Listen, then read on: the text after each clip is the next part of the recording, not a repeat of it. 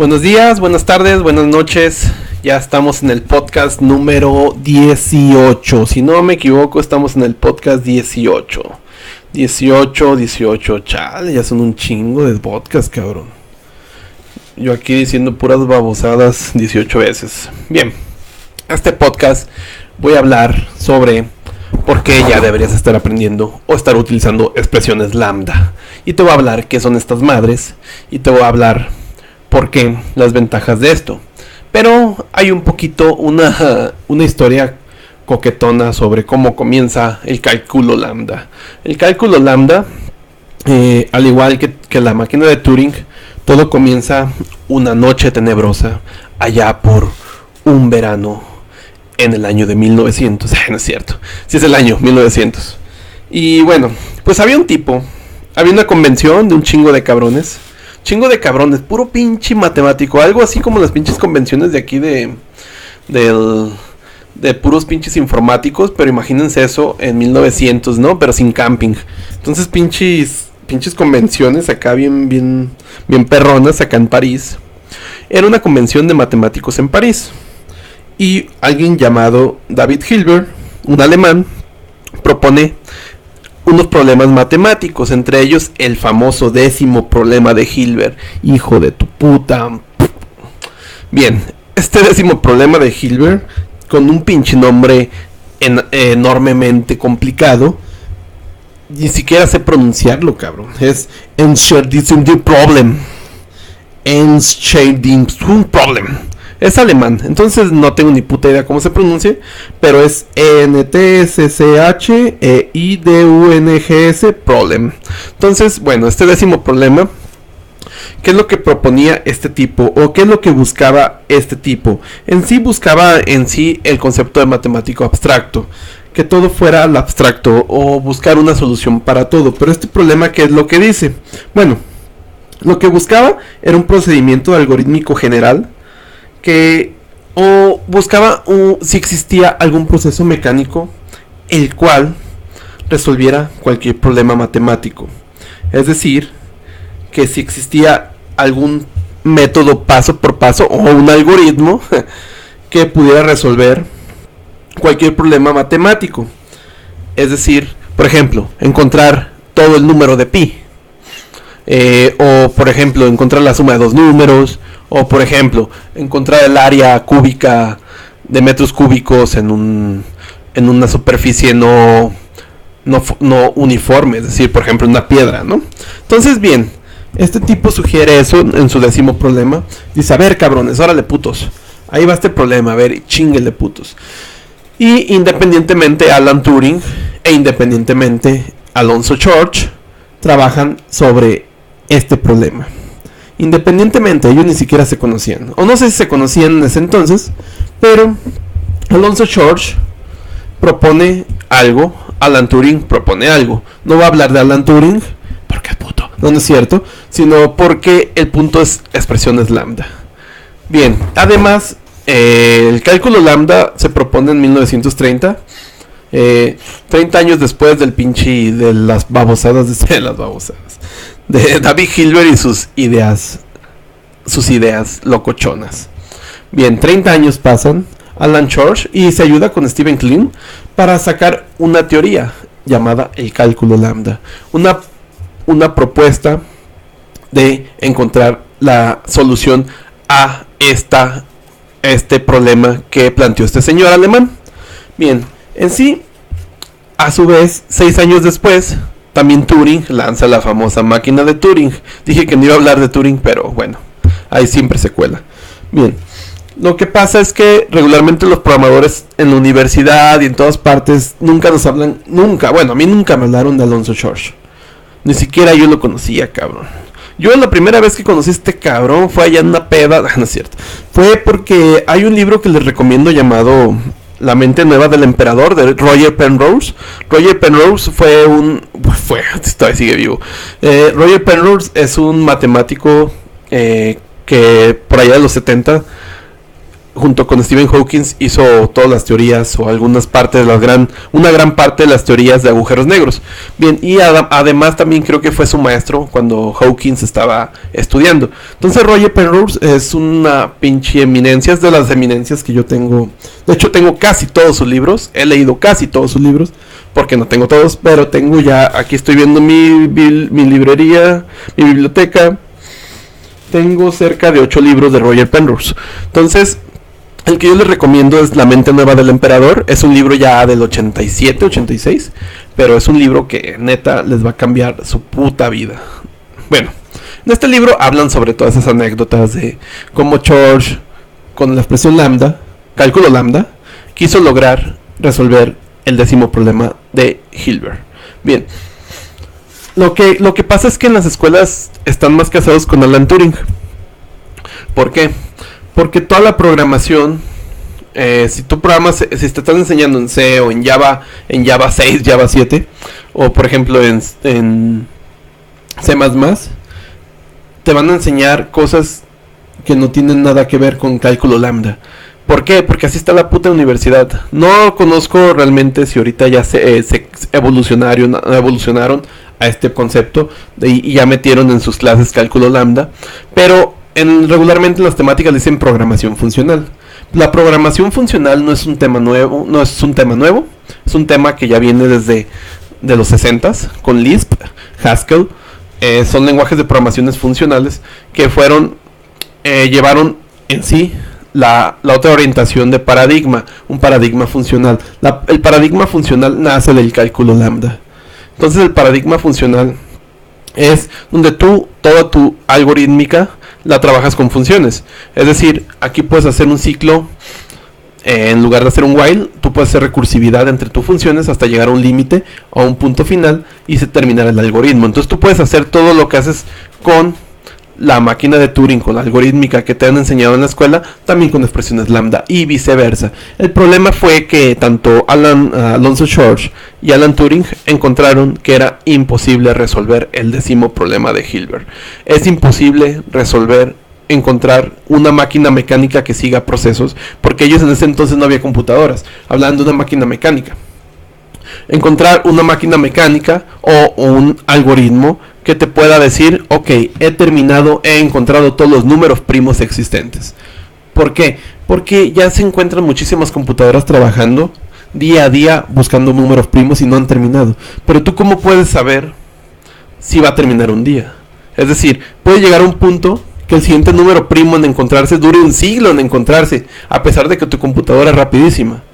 Pero eso no te puede asegurar que sea el final. O sea, tú no puedes asegurarte que no encuentres un número primo a pesar de que pase un milenio. Siga la computadora trabajando, buscando el siguiente número primo, pasa un milenio y tú no puedes decir, hasta aquí son todos, cabrón, ya se acabaron, ya chingamos, ya son todos los números primos. No puedes asegurarlo. Igual con el número pi. Entonces se dieron cuenta que era imposible resolver el 10º problema de Hilbert. Y pues Hilbert, ya vete a la verga, cabrón, no estés proponiendo pendejadas. No es cierto. Si hablo así es porque así soy. No es porque realmente piense que es una pendejada. Realmente es...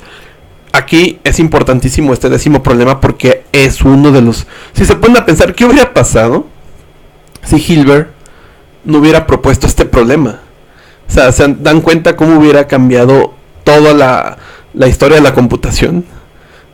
Entonces te pones a pensar qué tan importantes son las personas que se ponen a buscar la solución de algo, o qué tan importante es la persona que está proponiendo ese problema. Entonces está muy cabrón. Si no se hubiera propuesto este problema, ¿qué hubiera pasado, no? Entonces hablemos de cálculo lambda. ¿Qué es el cálculo lambda? Cálculo lambda viene siendo una forma de resolver algún problema, al igual que los algoritmos estructurales. Resolver un problema, pero a nivel de funciones. Son rutinas y son funciones que aceptan funciones como parámetros y a su vez te pueden regresar funciones. Entonces el cálculo lambda viene siendo esto. ¿Por qué tienes que aprenderlo? Bueno, hay muchísimas ventajas y tiene más ventajas que desventajas. Por ejemplo, una de las ventajas que al momento que utilices expresiones lambda en tu lenguaje de programación, y no hablo solamente de C#, ya que mi canal casi siempre es puro C#, ahorita te voy a decir todos los lenguajes de programación que ya aceptan la expresión lambda. Primero, hay muchas veces que tú vas a hacer programación y vas a necesitar que tu función reciba algo que tú quieras que haga posteriormente o intermedio. Dentro de tu misma función, supongamos que vas a hacer lo siguiente: vas a registrar en la base de datos, vas a hacer algo que puede ser algo distinto o algo opcional o algo que tú le puedas decir al programador: después de meter los datos en la base de datos, aquí tú mándame lo que quieres que haga, y posterior a esto yo voy a mandar un correo electrónico, y posterior a esto voy a mandar una notificación push. Pero yo quiero que después de la base de datos tú eres libre de mandarme una funcionalidad, lo que tú quieras, o opcionalmente, si no quieres mandármela, adelante, no hay problema. Entonces ese poder te da el cálculo lambda.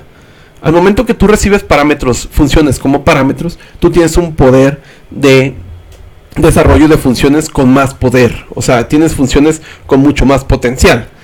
Otra de las ventajas: a veces vas a tener que estar programando y a lo mejor vas a necesitar una función, pero bien pedorra. O sea, mejor sacar el puto número primo décimo. Entonces vas a necesitar hacer una función, pero solamente esa función la necesitas en esa parte. Entonces, qué hueva hacer la puta función en tu clase, ¿no? Con cálculo lambda tú puedes crear funciones anónimas, funciones que solamente están expresadas y solamente existen ahí. Y una vez terminan, se van a la verga. O sea, se mueren, se chingan, se mueren, se van al cementerio de funciones. Entonces, ese poderío te hace que tengas puedas escribir menos código, debas escribir menos código, puedas escribir menos código, y entre menos escribas es menos tiempo, entre menos tiempo es mayor la ganancia. Entonces ya no tienes que estar escribiendo código que a lo mejor va a ser utilizado solamente una vez. Entonces lo puedes meter como una expresión lambda. Esta expresión es ejecutada en tu proceso y ya, se acabó. Ni siquiera esa expresión tiene nombre, cabrón.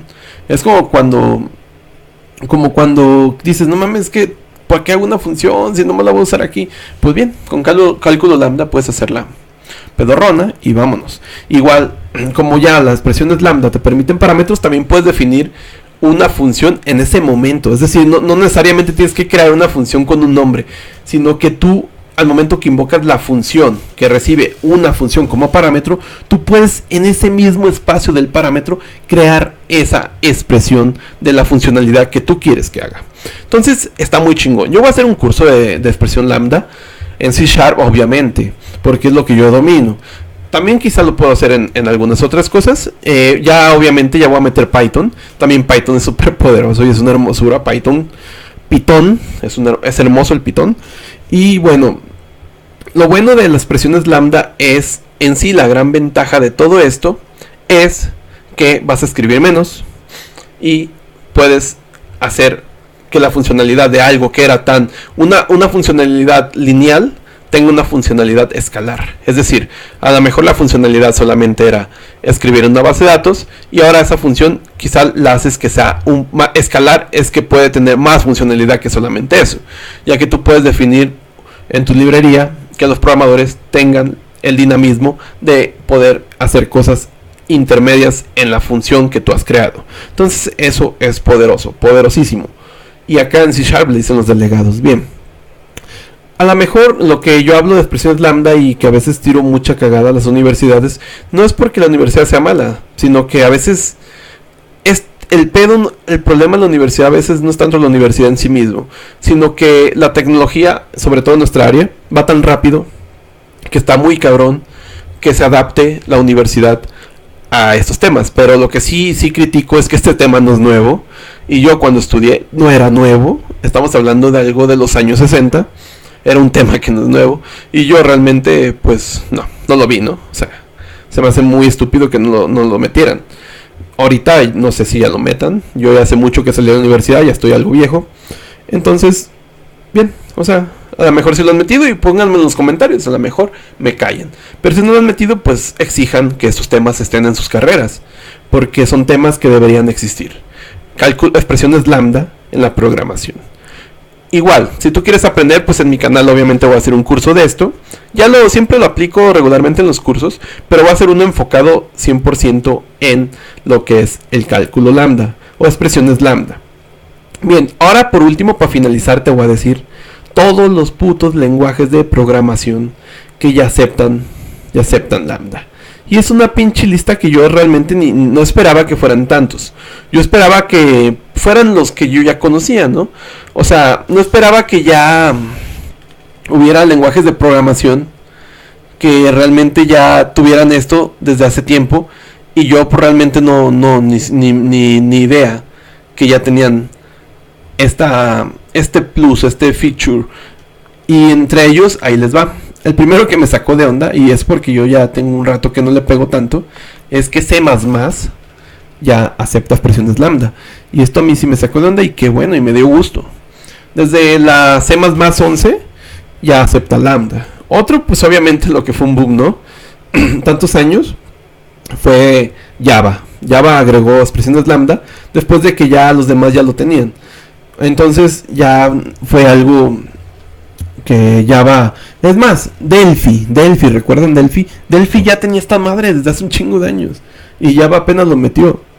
Elixir, Python, C#, JavaScript, PHP, obviamente también tienen esto. Y eso pues yo creo que no es novedad, ¿no? Todo el lenguaje de programación Go, pues Haskell, Lisp, obviamente.